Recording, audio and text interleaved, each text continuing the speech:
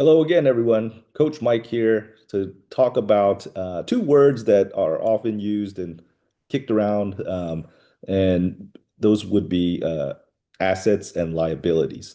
Typically, these are financial terms, right? And whenever people think about finance, their mind goes blank. But really, I want to break down what these two words mean, the concepts, and how it relates to you.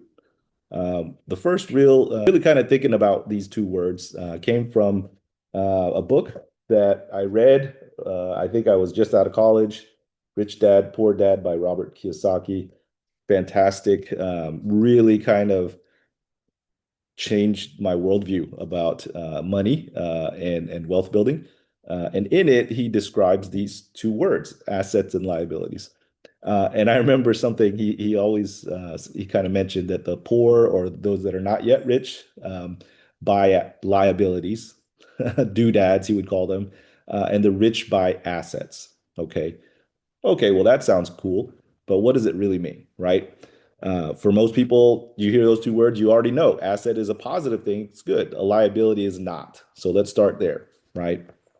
Assets generally are going to be things of value, okay, that it will either increase in value over time or appreciate, right? That's what that word means, uh, and possibly even produce cash flow. Okay, that's specific to what Kiyosaki was talking about. And we have lots of examples when you think of assets, right? A savings account, typically, right? Even if it's earning low interest, is an asset, right? You think of the assets, uh, your home, your property, real estate, these things that have value, certainly in a financial sense, but are good to have and can grow in time or possibly even produce cash flow. On the other hand, you also have the liabilities. Okay, so what is that? That's a little less obvious, I think. And in a financial sense, the liability, well, first of all, is simply something that stands to potentially lose you money. Okay, it's a liability. It's something that can detract from your net worth or hurt you in some way. And liability doesn't have to be just money, right? Um, a weakness. Okay. Now, financially speaking, examples could be, and Robert Kiyosaki explains this, a car, right? That's not an asset like a lot of people would assume. Of course, a car has value that you can buy right away, and wow, you pay $30,000, you got this fancy shiny car.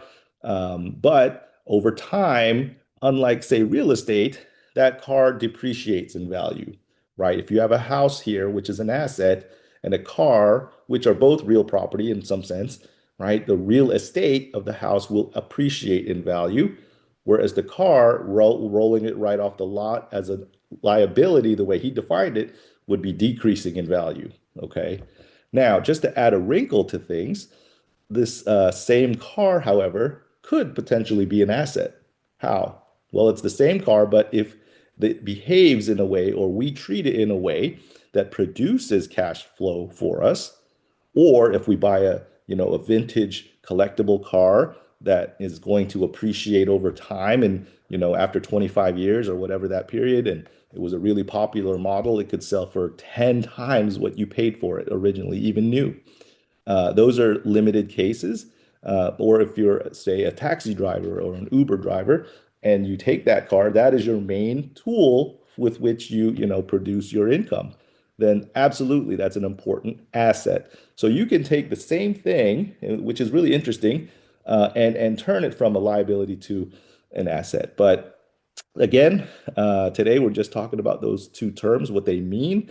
An asset, again, is something that will hold value, at least hold value, if not appreciate over time and produce cash flow, right?